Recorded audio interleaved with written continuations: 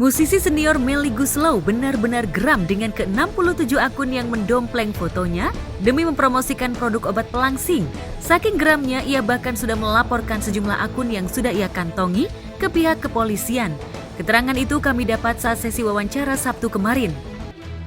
Jadi waktu itu memang udah lama, kayaknya udah sekitar dari tahun lalu ya, ada teman-teman yang suka DM ke saya, nge-share link-link itu.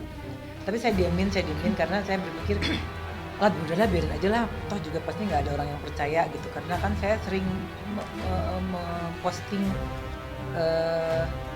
progres saya setelah bariatrik, jadi orang-orang semua harusnya tahu bahwa saya kurus karena bariatrik gitu.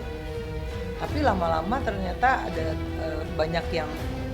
banyak yang mendesak, ada beberapa postingan yang terakhir pakai video ya dengan dengan menggunakan teknologi AI, tapi mungkin AI-nya AI yang pakai aplikasi kali ya. Jadi memang jelek, nggak sempurna, kelihatan banget bohong. Nah itu malah jadi mendesak saya supaya ini kayaknya nggak bisa didiemin, sekarang ini udah keterlaluan. Terus saya juga berpikir kalau misalnya ini banyak masyarakat yang terkecoh dengan iklan tersebut, terus membeli produk tersebut, kalau misalnya nggak kenapa-napa masih nggak apa-apa, tapi kalau misalnya kenapa-napa terus amit timbang bayi sampai menghilangkan nyawa orang, saya dan Dokter Peter pastinya juga akan didukung juga gitu. Jadi akhirnya ya memang ini nggak bisa didiemin. Saya juga diskusi sama Ina, terus di grup bariatrik juga mendesak, udah teh mendingan ini aja. Udah akhirnya kita sepakat untuk membuat somasi terbuka. Somasi terbuka itu artinya kita bukan mau ngajak ribut, kita bukan mau menyelesaikan masalah ini dengan gimana gitu, tapi memberi peluang atau masih memberikan jalan dan kesempatan kepada oknum tersebut untuk sadar juga, terus ya mengakhiri cara-caranya seperti itu. Akunnya itu kita ada kurang lebih yang fix itu 67 akun ya. 67 akun, cuma saya yakin itu akunnya juga pemiliknya orang-orangnya sama sebenarnya gitu. Orangnya itu aja gitu kalau kita sih mikirnya gitu. Cuma ketika somasi terbuka ini kami buat, dia udah nggak ada, udah kita cek, maka sampai tadi pagi kita cek udah nggak ada. Nggak tahu nih nanti kita habis press conference kalau muncul lagi ya udahlah ya, terpaksa. Cyber, kita minta tolong teman-teman di cyber buat men-track, karena kan sekarang mungkin belum ada korban jiwa. Kalau ada pembiaran, ada korban jiwa kan itu udah sangat fatal. Meski telah melaporkan sejumlah akun tersebut, beberapa akun yang mendompleng fotonya demi kepentingan promo sudah meminta maaf. Untuk yang sudah meminta maaf, Melly bahkan tak jadi melaporkan. Ia mengaku tak mau ribut, tapi jika akun yang tak meminta maaf, istri Antohut ini tetap akan memproses hukum. Tegaskan juga bahwa Teh Melly dan Dokter Peter sudah mengambil keputusan untuk para pelaku yang telah minta maaf dan yang tidak meminta maaf tapi telah men-take down iklannya. Kita anggap masalah ini selesai. Akan tetapi kalau di kemudian hari ditemukan iklan sejenis lagi, ya tidak ada peringatan terbuka lagi tentunya, kami akan langsung proses hukum. Itu, ya seperti yang ditegaskan tadi oleh rekan-rekan saya di sini bahwa harus diambil tindakan tegas jika terjadi pengulangan seperti itu. Kenapa? Karena obat-obat itu kita tidak tahu ya kadar keamanannya seperti apa, efek negatifnya seperti apa. Bahkan kalau nanti sampai merenggut nyawa karena ketidaktahuan, nah itu kan pasti yang akan disalahkan adalah klien kami, karena iklannya kan menggunakan video Teh Melly dan Dokter Peter. Nah makanya harus diambil tindakan tegas terkait somasi terbuka itu dilakukan, sudah terjadi permohonan maaf dari beberapa pihak yang tidak minta maaf tapi sudah men-take down iklannya, ya alhamdulillah. Tapi saya tetap meminta bantuan kepada teman-teman media, karena ini kan kalau sudah menyangkut dengan hal-hal atau obat-obatan yang sangkutannya dengan nyawa orang, ini tanggung jawab kita semua ya, bukan cuma tim medis tapi kita semua sebagai sesama manusia sebaiknya memperhatikan itu. Jadi saya minta teman-teman media yang matanya lebih luas gitu ya, tetap melihat link-link tersebut. Kalau sudah tidak memakai badan saya, kalau masih memakai badan public figure lain, tolong dikasih tahu ke ke public figure yang bersangkutan gitu. Karena ini mungkin udah nggak pakai saya tapi pakai artis lain yang juga kurusan, dari yang tadi jadi gemuk jadi kurusan, yang padahal juga nggak pakai produk itu gitu. Jadi sekali lagi saya berterima kasih kepada tim Maestro, teman-teman media, sama semua masyarakat juga yang aware terhadap permasalahan ini. Mudah-mudahan tidak terjadi di kemudian hari. Ya kita sama-sama mencari nafkah, mencari rezeki dengan jalan yang baik lah. Tentunya kalau mau melanjutkan proses hukum ya sangat beralasan sekali. Cuma memang di sini kalau kita bicara teori tentang tentang pelanggarannya ya, itu jelas dilakukan karena dia mendompleng atau memanfaatkan figur seseorang untuk kepentingan keuntungannya ya kan, dengan cara yang tidak jujur. Tentu hal ini misalkan diatur dalam undang-undang hak cipta ya, jelas itu yang namanya penggunaan foto, video dan segala tanpa izin itu bisa dipidana dan bahkan bisa dituntut denda yang demikian besar. Tapi itu tidak dilakukan. Cuma tetap kami dari tim kuasa hukum akan senantiasa memonitor. Kita akan memastikan bahwa mereka ini tidak mengulangi perbuatannya lagi. Kalau sampai ketahuan mengulangi perbuatannya lagi, kita tidak akan segan-segan melakukan upaya hukum. Ya, sebelum heboh kasus pendomplengan foto Melly untuk kepentingan promo produk, Melly memang terbilang sukses menjalani program diet. Ia tampil lebih tirus dari biasanya. Kekaguman atas sukses Melly itu bahkan jadi pusat perhatian warganet. Lantas bagaimana Melly menjaga kondisi tubuhnya? Sekarang naik. Jadi kalau terutama waktu bulan Ramadan kemarin ya, bulan Ramadan aku sahur bener-bener cuma 1 sendok masuknya. Karena lambungnya bariatrik itu kalau misalnya makan tuh mesti siap gitu. Jadi mesti pelan-pelan, nggak bisa langsung hop gitu. Kalau langsung hop langsung kenyang kita. Langsung selesai. Nah, sementara kan kalau sahur kan kita bangun tidur keburu imsak kalau kelamaan. Jadi 1 sendok itu aku comot-comot, cubit-cubit gitu makannya. Jadi masih lumayan masuk. Tapi sekarang enggak, sekarang udah bisa 2-3 sendok. Ya, alih-alih harus menjaga kondisi dan kebugaran tubuh, Melly juga sempat dicibir wajahnya oleh warganet mirip nenek-nenek tua. Tapi rupanya Melly sama sekali tak tersinggung. Sebaliknya ia mengaku memang salah menggunakan mode filter saat sesi foto. Yang itu yang kayak nenek-nenek.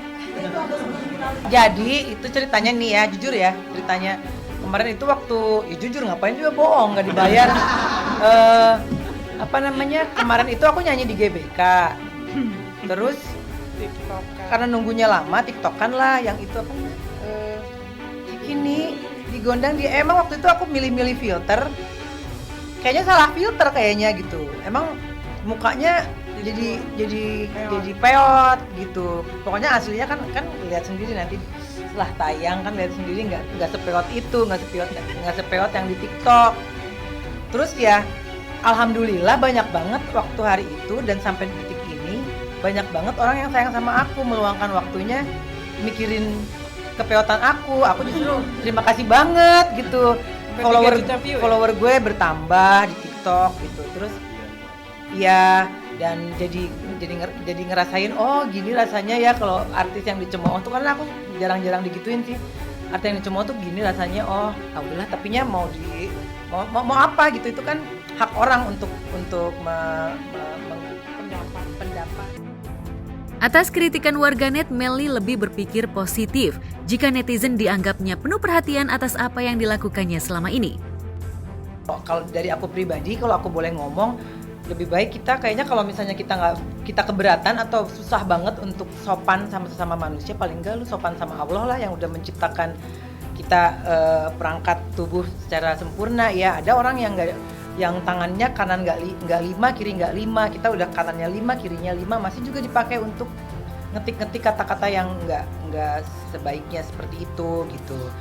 Tapi ya sekali lagi kalau aku sih, aku maaf banget, aku nggak punya waktu untuk ngeladenin gitu.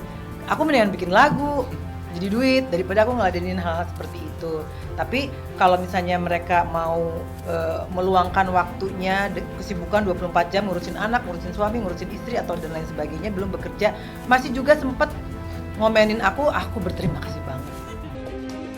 Jika Melly tak mau tergubris dengan gunjingan dan perundungan warganet, Titania Aureli Hermansyah lagi-lagi mencurahkan isi hatinya ihwal bullying yang pernah dialaminya saat sebelum menikah dengan Atta Halilintar. Masa-masa itu membuatnya sedih hingga trauma. Sekarang ini mungkin udah bertambah usia sih Kak, karena udah usianya segini juga aku sekarang udah lebih yang kayak ya udahlah gitu, kalau bisa aku lupain aja. Anggap aja kemarin-kemarin tuh nggak pernah ada apa-apa aja, udah gitu. Karena kalau aku ingat lagi tuh pasti akan, aduh. Jadi negatif? Yes, jadi negatif terus. Jadi sekarang aku lah, oke, udah cukup ya Aurel, udah deh.